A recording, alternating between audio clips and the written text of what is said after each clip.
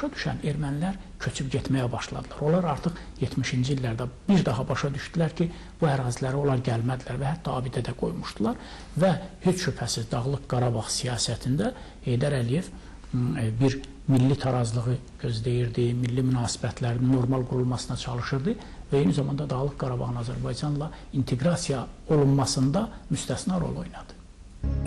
Sonralar Heydər Əliyev xatırlayırdı. Mənim istifamdan 20 gün sonra ermənilər Dağlıq Qarabağ münaqişəsini başladılar.